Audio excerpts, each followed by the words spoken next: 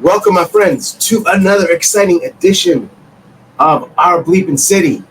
It's the first off-season edition. We just had this big parade, this big championship here at our Bleepin City. We never stop. We're always going to talk sports. And that leads me into my special guest today, my special co-host, who we've been working on stuff for a while, and we're going to try to make this a regular thing. He is my brother from another mother, my brother on the Midwest. He is from Indiana, and he's going to make for a really interesting show topic today because I'm a Celtics fan, he's a Lakers fan. Let me introduce to you none other than my man, Lancearoni. Lance, welcome to the stage today. Welcome to the show, man. It's so good to have you on. Thank you. It's not often that the Lakers and Celtics get together and have a good time, so we're here to show them that it can Yeah, that's right. That's right. Lakers and Celtics fans can be in the same room, can talk in the same room, but, without, strangling each other. So, technically we're not in the same room, but if we were, we'd be fine, True. And, man. Even being from Indiana, I'm kind of an oddball, being a Lakers fan. In Indiana, it's Larry Legend. Everybody here loves Larry Bird. Who doesn't love Larry Bird? Even being a Lakers fan. Right. He's one of the greatest shooters of all time, if not the greatest shooter. I know everybody would say Steph Curry. But let's not forget Larry Bird. Well, I don't want to mess the year up, but when he won the All-Star three-point competition. Oh, that was the classic. Story. Didn't even take his warm-up stuff off, walked in the locker room and pretty much looked at Jordan and all the other All-Stars and said, who's coming in second? Oh, man. They say that some of the guys are decent trash talkers today. No one, I don't think you could disagree with this.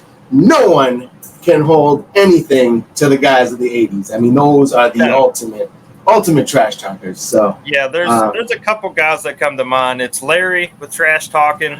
Kevin Garnett was a great trash talker. Yeah.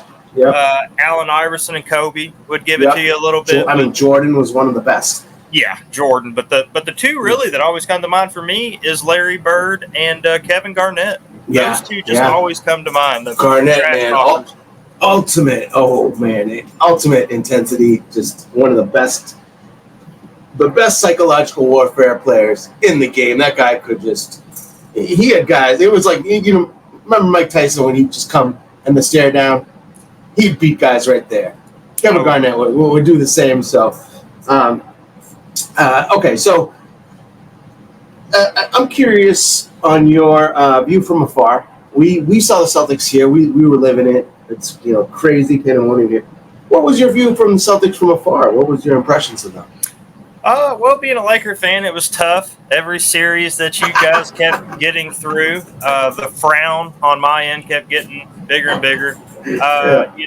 As a Laker fan, it didn't go the way we wanted it to this year. Last year, for a couple of years, it hasn't went the way we wanted it to. And I could, a lot of different things. I'm not the biggest fan of how the Lakers are being run from top to bottom. Jenny Buss, I think she's a little bit out of her element at times. It seems like, and other people have said this on other podcasts and things, but it seems like she is so wanting to be LeBron's friend rather than be the GM or the owner or the boss. What was going on with her, sitting and being all courtside? Yeah. That's a big thing. It's just not a good look for somebody that's supposed to be the boss, and you're over there fondling your best player on the side of the court. He is a married man. Hello. That never stopped any of the NBA players. That is true. But it's rough because the stigma that you get with LeBron and that has kind of followed him, whether it's fair or unfair or 100% on the mark, is that when you have LeBron James on your team, you're going to do what LeBron James wants to do. He builds his rosters. He fires. I won't say he fires coaches, but he definitely has a big input on who stays, who goes. I didn't think Frank Vogel should have been fired. Great coach. Why? Have no idea why they fired Frank. He didn't pass the LeBron test. And as I've called different shows and talked to different hosts from different shows, the big thing now as Laker fans that you have to do is you have to be positive. You have to get behind JJ and support him. Otherwise, why even turn the TV on? I mean, if you're going to be negative and you're not going to support the new regimen, go cheer for another team, because Lance from Indiana is here to bring the positivity. And the most important thing the Lakers can do at this point is get the assistant coach that's going to mesh with JJ the best. You nail that assistant coach role, you set JJ Redick up for a little bit easier of a transition, because let's face it, he's never even coached middle school. Hands off of Sam Cassell. You guys can't win. Yeah, I love Sam Cassell. And my list, I'll be honest with you, who I wanted to be the Lakers head coach was a guy that nobody else was talking about, and that was Phil Handy.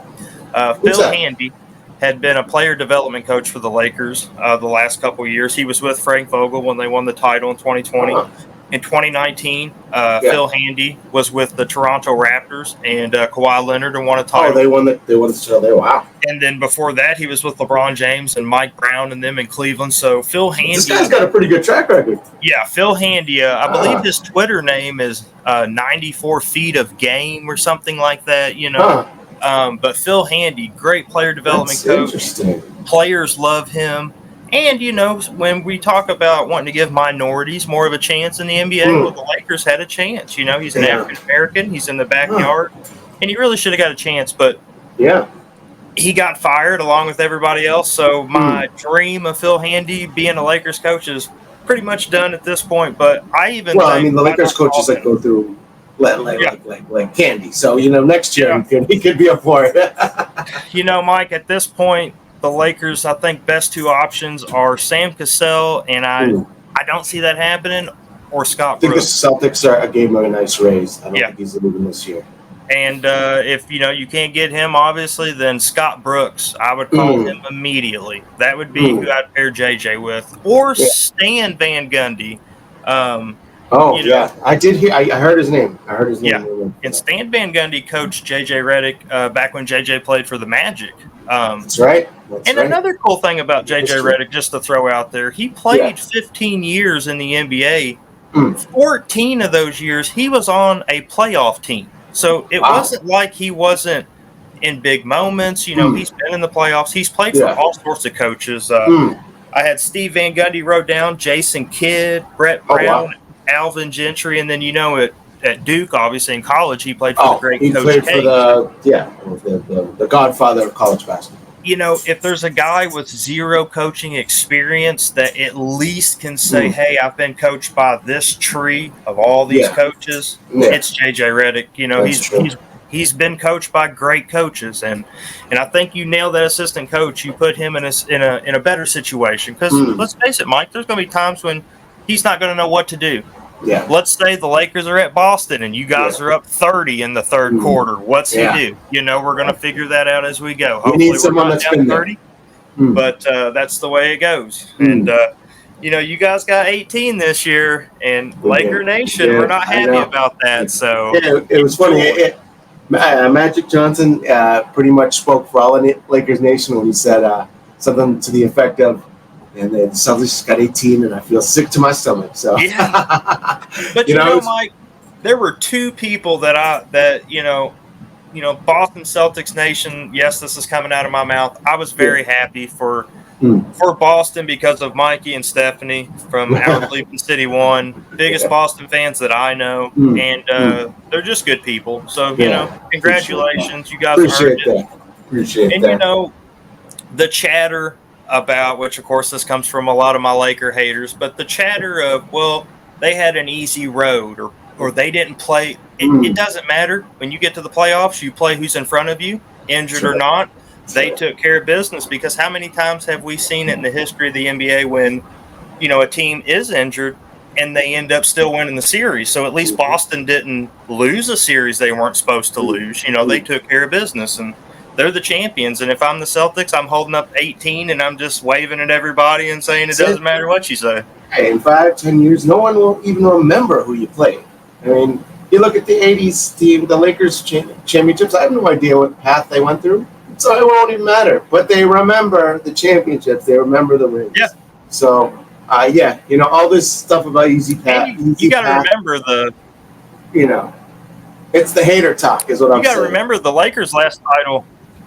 Yeah, the Lakers' last title was in the bubble. So I can't brag too much because a lot of people don't consider that a real championship, which I definitely do. But I get it. I'm glad you didn't say their last title was the in-season tournament because that was just crazy town for me watching them raise the banner for that.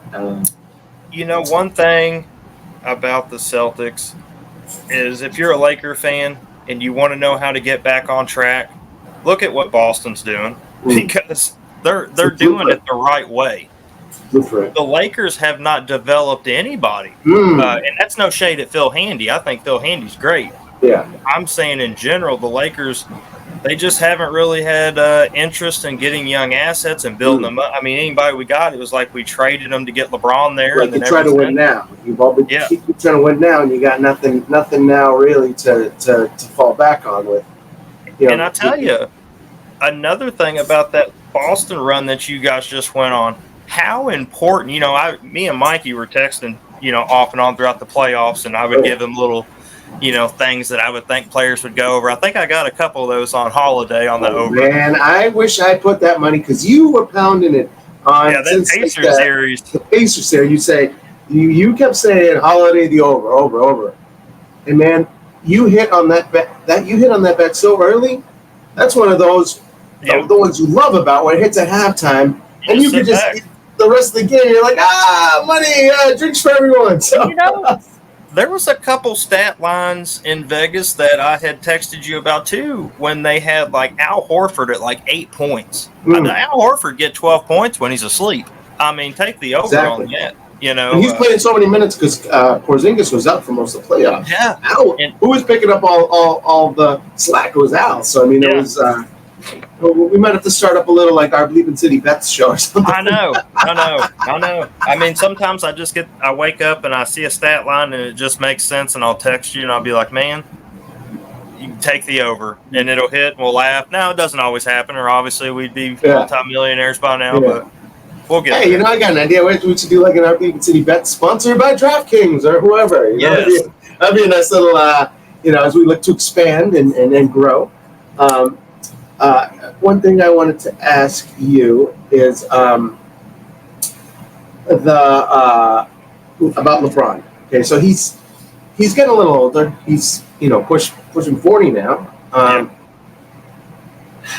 How much patience do Laker fans have? I mean, because he's still holding that team kind of hostage. Yeah. When he's young and at the top of his game, okay, you can get away with it. But I mean, how much patience is there going to be? And I know we discussed this the other week. Is if I were the Lakers, I'd be selling all the assets and just getting and rebuilding. With Anthony Davis and LeBron, you still can get some things. I mean, how do you feel? How do you feel about LeBron as a diehard Laker fan? It's always been hard with LeBron because I'm in that last, I feel like, age group of the mega Kobe fans. Yeah. And there's definitely a divide. I don't care what anybody says. We're all Laker fans, but there's Magic Laker fans. Yeah. There's Kobe Laker fans. And there's LeBron Laker fans that are like newer age or just, people that follow LeBron. The old school, the middle, and the new school ones, And, I appreciate all Laker players that bring a title. I appreciate what LeBron did. I can't hate on the man. But I'm wore out with it. Yeah. I've been ready to be over with it, Mike. I would have broke this team down. I don't know if this is an unpopular opinion, Laker Nation, but I would have broke this team down a year ago. Yeah.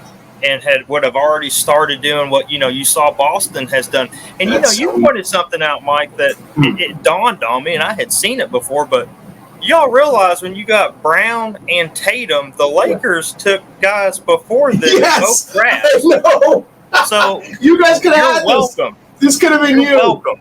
This could have been you. Oh man, yeah. I like to feel like Jenny Buss was part of your all's 18th title right. in a bad way. I mean, I guess Jenny's still winning titles for somebody. Oh, yeah. So, yeah, seriously. Celtics send her a little secret ring, in the mail. But you nailed it though. They should have. Well, we've talked about it before too. They should have started the rebuild a year ago. Because the first year after the first year that they got beat by Denver, you could tell it wasn't going to work. And and the weird thing about this Laker team, it's never been constructed in a way that any of LeBron's previous title teams were constructed. When he was at Miami, they were full of 3 and D guys. When he was at Cleveland, he had some 3 and D guys. Yeah. With the Lakers, they've not consistently had just these guys that can just hang around that 3-point line. LeBron kick it to him, hit threes. Because that's what LeBron's pretty much always done. He's able to go downhill. He'll dunk it on you. He'll score on you, or he'll make the right pass. A lot of these Laker teams lately. And I don't have the exact percentage. Like a Ray Allen. When he was on the Heat. It just seems like the Lakers haven't been scary from 3 the last couple of years. It seems like they're just so up and down, no consistency. Yeah. And, one guy that I really miss from that bubble team, this is going back years ago, but KCP, he was so important. Oh, yeah. And he went to Denver, I believe, right? He did, yeah. And, think of all the guys the Lakers have lost over the years. This will make you depressed if you're a Laker fan. To get that bubble title, you had to give up guys like Brandon Ingram. You had to give up guys like Lonzo. You had to give up guys like Julius Randle. You had to give up guys like Jordan Clarkson, KCP. I mean, you gutted that team. There's a list, over the years of keeping LeBron happy at times. Yeah. So, was it worth a title? As a Laker fan, you have to say yes in a way, because that's what matters. We're always chasing you guys, it seems like. Right. But, LeBron did bring one, so you got to appreciate that. But if I would say, was it a failure or a success, the LeBron experiment? You have to say it was a success because of that title, but it wasn't the success you were hoping for as a Laker fan. Right. Quick question on that title. Did that title feel the same, in the bubble? Like, maybe it felt a little. It felt like, when mom says you got Taco Bell at home, or you got, at home, and you get home and it's like a bologna sandwich. Or it's like 2-day-old taco meat, Or they'll make the taco just like Taco Bell, but it's not Taco Bell. It's not the same meat. It's not. Yeah, no, I hear you. That's and it's like, think about this, and it didn't even dawn on me until somebody mentioned it in the Boston parade. We didn't even get a freaking parade that year, I don't believe. Oh, really? Yeah, I don't think you did. So how lame is that? And then the next thing that the Laker fans really wanted to celebrate, not all, but some of them, was the in-season tournament, whatever that was. You raised the banner. And it's like, dude, what's up with that? Kobe Bryant would have never let this. Kobe would have been like, I'm not playing tonight if you're putting that banner up. And so it's he would have stopped that. He would have shut that down. Yeah, Kobe would have been like, we play for titles, and if I don't win titles, I don't care. That's it. I get a smaller franchise, the Hornets or someone. Okay, you've never won anything.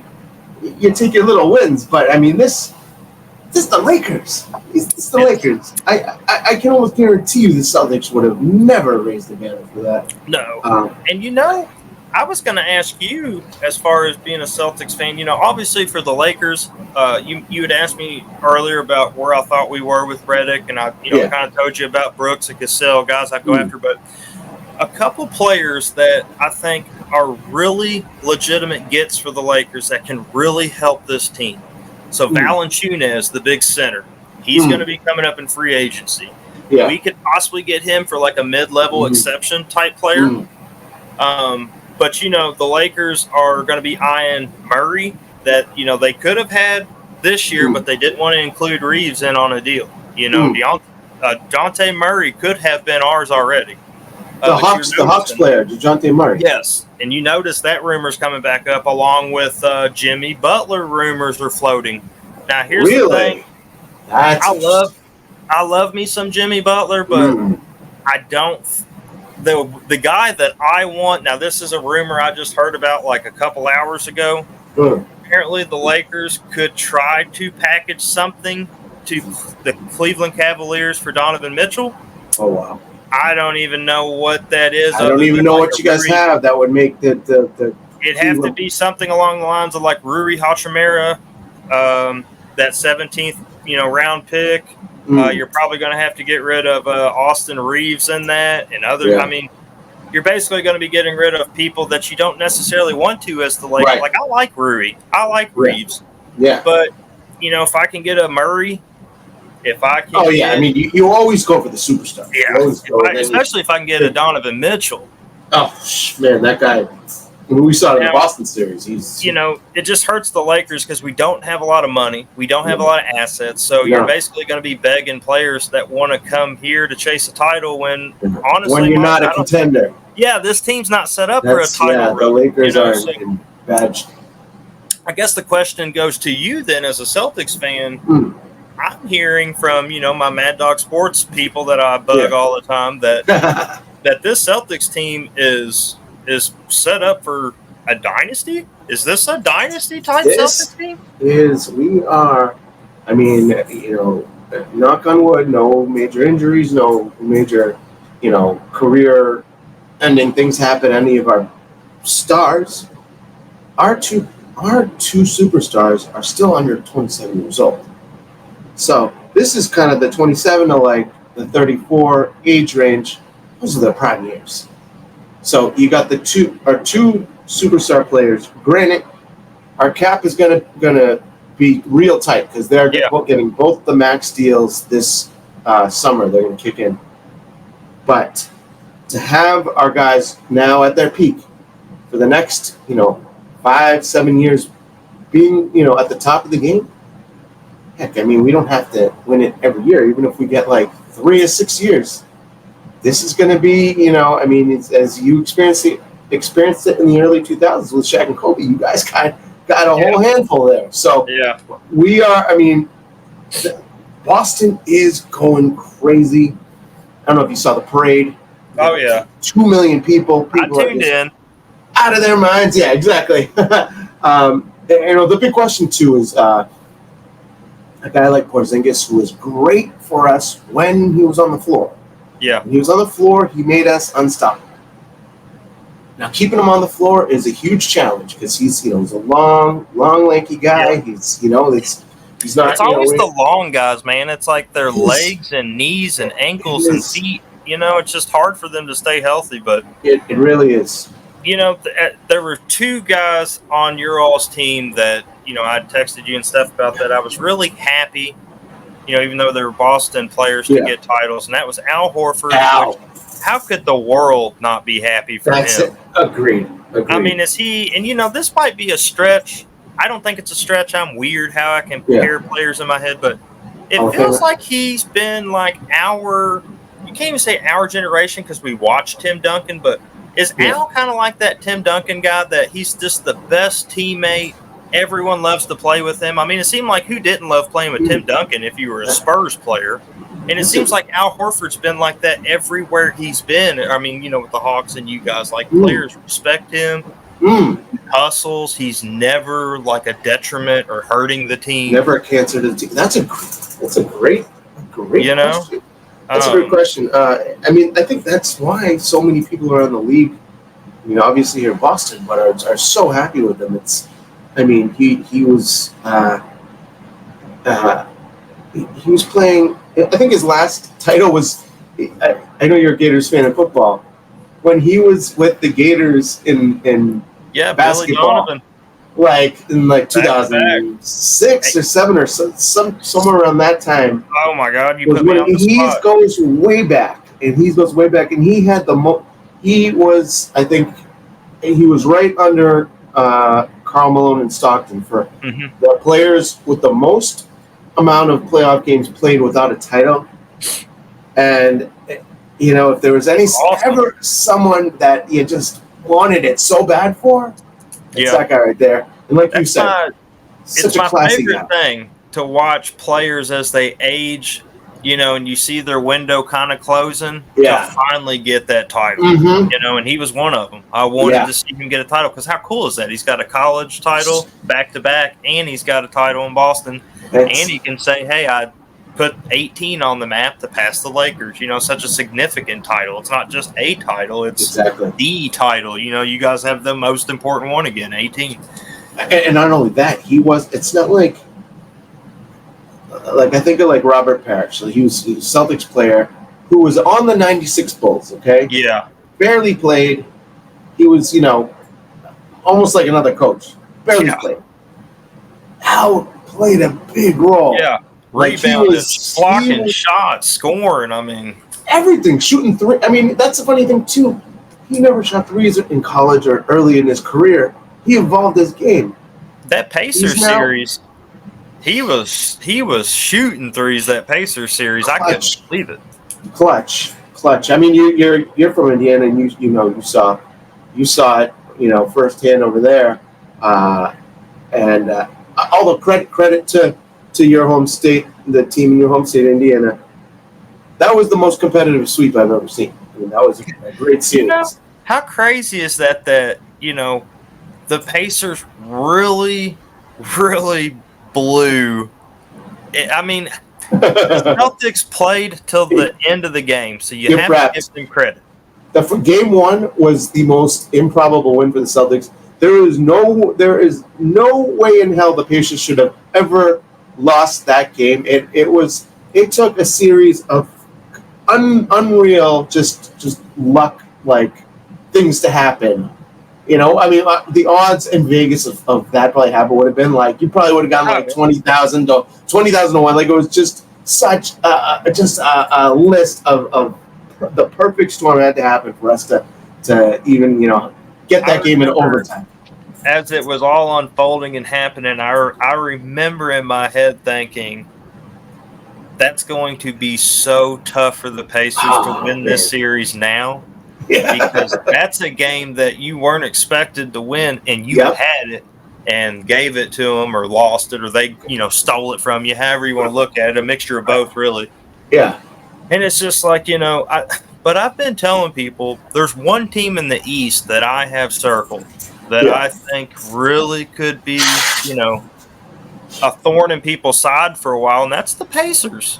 This series getting beat by you guys and kind of humiliated a little bit, that's a kind of series that they come back next year and is Halliburton better? Is Turner better? Or, the role players better? Because, man, there were times this year when the Pacers were just going off in the early part of the season. Their offense was one of the, like 140 right there with the games Celtics and stuff. Yeah. Like, I was like, when did this happen? Like, when did this Pacer team show up? And then it seemed like they got really kind of lost a little bit during the season as it went on.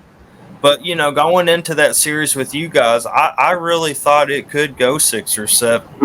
You got to think, too, Halliburton got injured in game 2. So yeah, he did. Who knows what would have happened? I mean, even with him injured, the 2 games in Indiana were, that they were in game 3, and Indy was up 18. That's another game that, I mean, the Celtics made a comeback, and it wasn't like this like crazy miracle at the end, but that's a game 2. The Pacers, I'm sure this whole offseason they're kicking themselves. They're waking up in cold sweats. Like, how did we lose that game? Like, and that's like, even with you all, we talked roster and stuff and dynasty potential and dynasty this and that, but you all have got the coach too.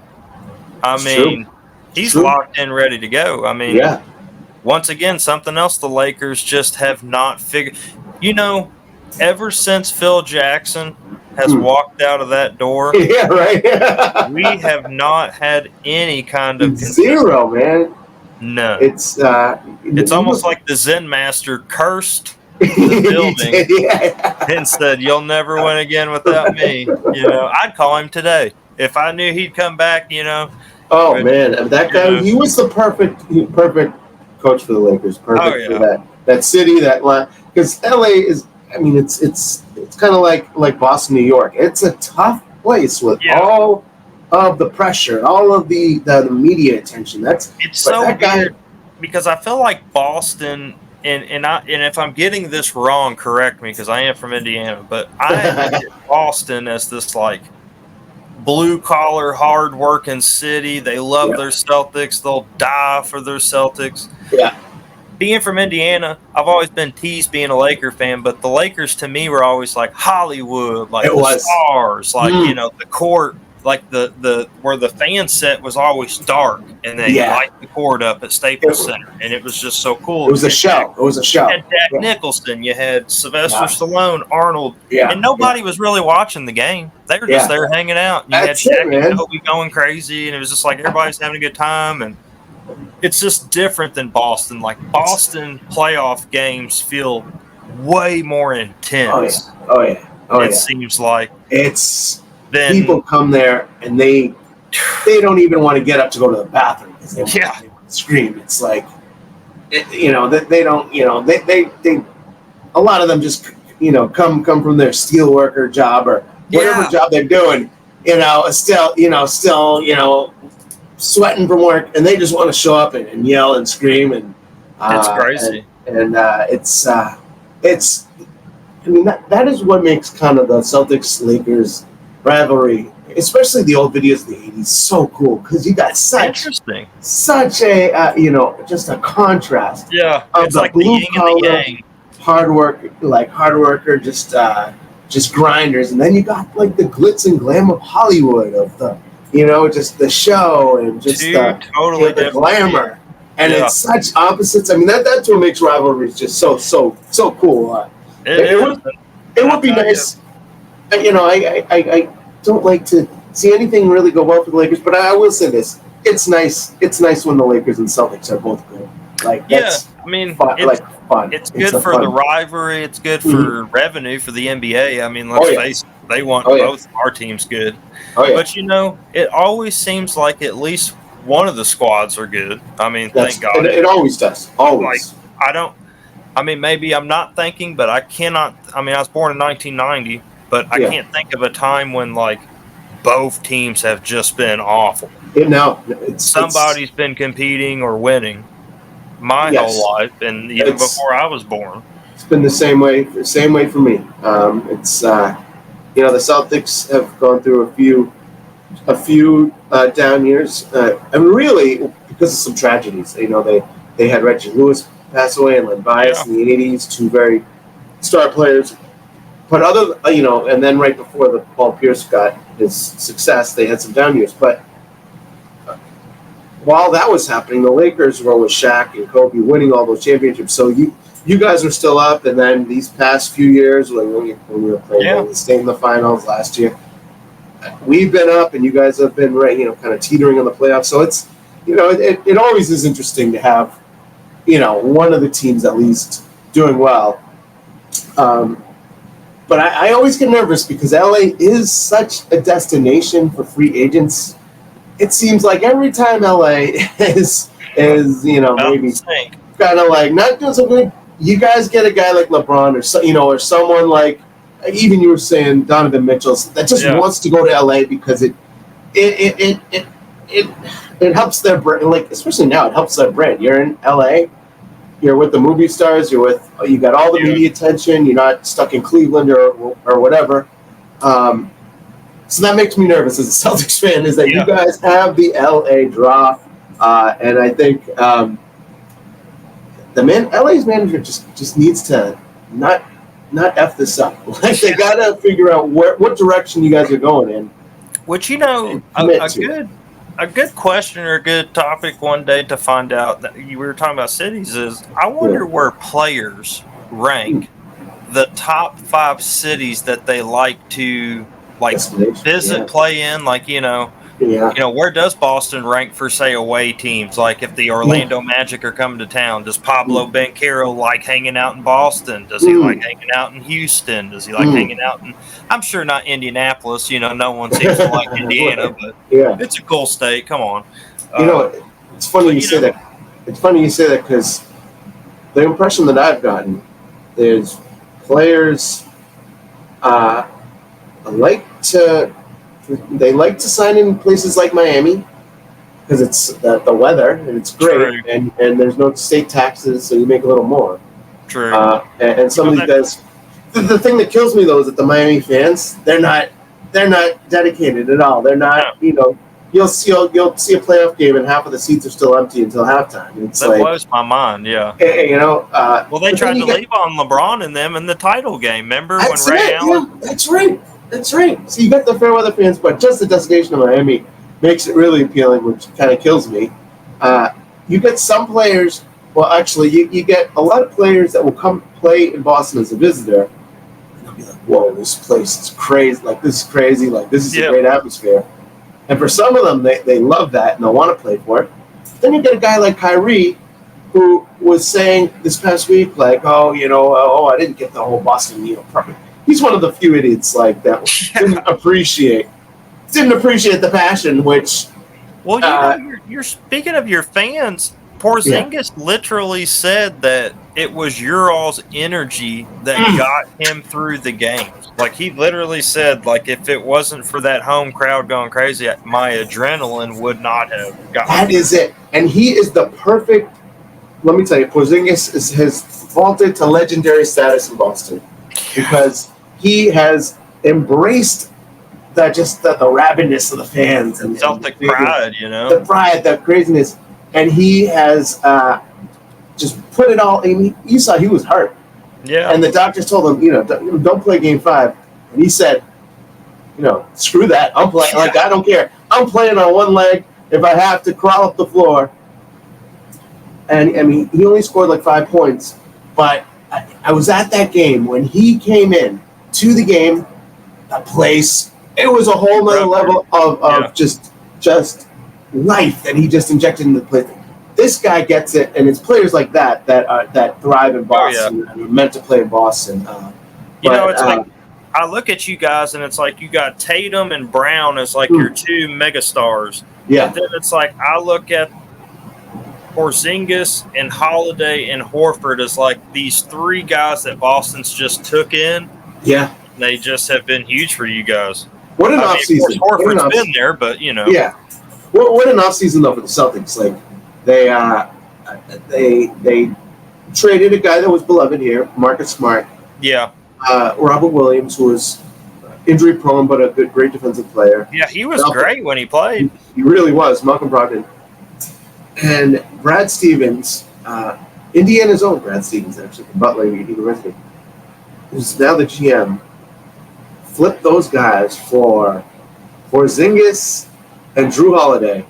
And I mean, you saw Drew Holiday, the guy. Oh yeah, unbelievable for us. Huge loss for the Bucks. Huge, major. Like I think that was one of the biggest differences in their team is they lost their defensive identity once he came here, and then you get a guy like Lillard who's offensively great.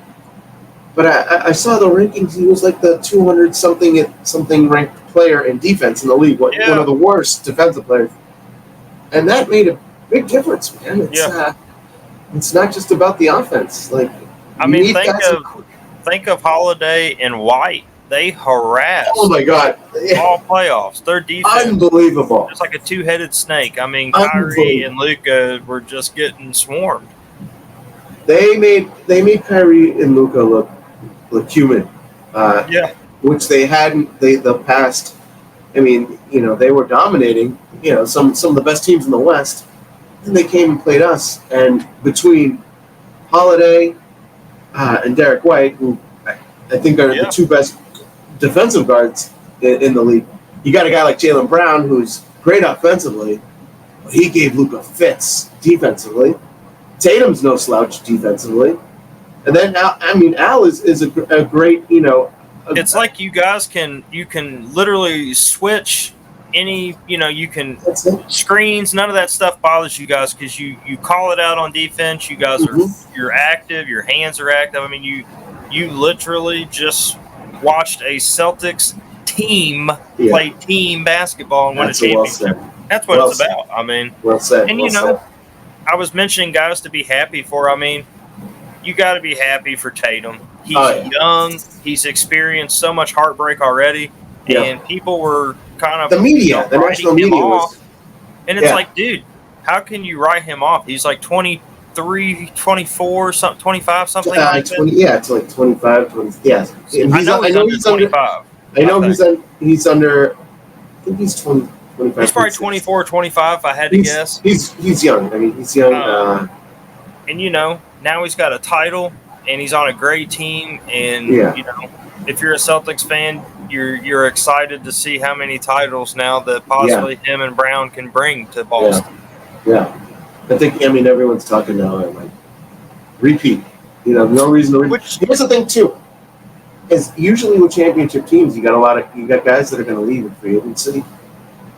We've got everyone locked up. Everyone's coming back. You know, a few minor bench players are going to leave. But the core, everybody's back. Everyone's going to, I mean, it's not official with Derek White, but the rumors he's signing, everyone's coming back. So it's, you know.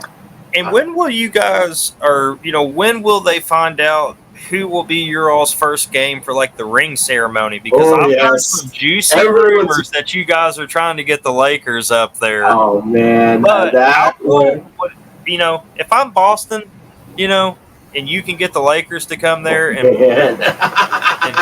show off number 18. That's a dream. You know they would love to do that. But I don't think the Lakers would sign up for that. But there's 2 games in the NBA. Me and you should really try to push this.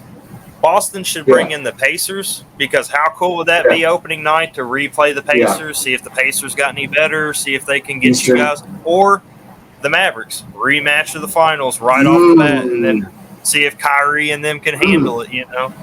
That would add some more great drama. Maybe you guys play the Wizards or someone really bad and you just win by 40 and have a good night, you know. I mean, you can't really go wrong as a Celtics fan because you can see the banner and the rings and everything. But, yeah, I mean, if it was the Lakers, you know, just imagine having LeBron and Bronny James in the house for that. You know? Oh, man, I'm salivating thinking about that. I love it, man. And ratings would be off the charts for that. So, oh, yeah. I have a question for you. What are your thoughts on Bronny? Bronny? You know, being such a big Kobe fan, I was a little bit of a LeBron hater most of his career in Cleveland and in Miami, because I didn't want to see him get close to Kobe. You know, Kobe had 5 rings. I wanted Kobe to have 5, LeBron to have like 1, you know, forever. But Bronny Jr., basically, I've decided in my head I'm going to be the biggest fan of this kid wherever he goes, just because he has nothing to do with all the negativity he's going to receive just because of who his dad is. It's the only reason why people are going to hate on him. It's kind of like JJ Redick. I've made it known. 90% of the people that are hating on him right now are probably just Duke haters, and they hate Duke, and then they're going to hate JJ Redick. Yeah. And it's the same thing with Bronny James Jr., you know, whatever, is they're going to hate LeBron James, so they're going to hate the son. But, you know, I hope he does well. He's being put into a pressure cooker, man, because not to be negative, but he's not ready for the NBA. Yeah. He barely played at USC. He only averaged like 4 or 5. He didn't do so well, too. He doesn't shoot, you know, lights out from 3, which he's going to have to shoot lights out from 3 because he's not very tall. So you're not going to live in the paint unless you've got a hell of a teardrop, which he does have a little bit of a crazy, like, runner that I've seen him develop. But how many times can you do that same little move before the big guys just send it into the second row, you know? So I hope he does really well. I think he'll have great vision like his dad. But for him to make it in the NBA, this is just my speculation, I think he's going to have to be a dagger of a three-point shooter to where he can find a role coming off the bench and just hitting threes or setting other players up. Because he's so small, they're going to take take him on defense into the paint and just score over him every time. He'll be a mismatch. He wasn't blessed with as a physical specimen like his dad. It was just a freak of nature that, you know, you can. The younger brother's going to be bigger than him. I heard about that. Yeah. He looks like he's going to be a giant. Yeah. He looks tall and skinny. You got to feel for him because it's almost like Michael Jordan's kids who never never made it, and we're fringe college players. That you got to think the pressure to follow, and to be the son of one of the greatest ever. It's almost impossible. It really is. You're set up for failure from day one because it really is. They're going to be like, well, you can't jump as high, you can't shoot as good, you can't pass as good. Exactly. Poor kid. Your dad would have done that. Would have made that shot. It's impossible. It's impossible. It's an impossible situation. And let's say he did have success. They just say, well, that's what he's supposed to do. He's his son. So it's like he's damned either way. But yeah, he's someone I'm going to root for wherever he goes. Yeah, I mean, you got to feel for him in that the situation he's come up in. So we got the draft coming up. I don't know if tomorrow. Yeah. I don't feel any buzz for the draft at all. Like I don't think people. I don't either. No one's really, it's supposed to be kind of a dud. Yeah, not really a lot of excitement. I mean, being that I'm from Indiana, just 20 minutes across from Louisville, Kentucky, two guys that are going to go in the top 8. Reed Shepherd's probably going to go in the top 3. Yeah. They're saying from Kentucky, a sharpshooter, great passer. Yeah. I wish the Lakers could get a hold of him, but obviously can't even probably get that high. The Lakers are apparently trying to figure out at one point how to get in that top 5, but now what number are they drafting? 15 or something? They're 17th, and 17th, as of a couple hours ago, I guess that dream of getting into the top 5 is over. They're just going to keep that 17th pick, but Rob Dillingham is projected at 8, and he's the other really, really good scorer from Kentucky. He's a guard. Okay. He's very twitchy. Plays kind of like an Allen Iverson a little bit as far as being able to like cross people over and pull up real quick and stuff. Yeah. Then, of course, the one guy that I'm curious where he's going to go is Zach Edey from Purdue. I know. Where is that big giant going? That's, now that you said that, that's the only reason I might have a chance of watching the draft. Just to see where he goes. Because when I saw him in college, I just assumed, this guy's going to be one of the top picks because of his size and his potential. And I saw some of the mock drafts, He's like second round.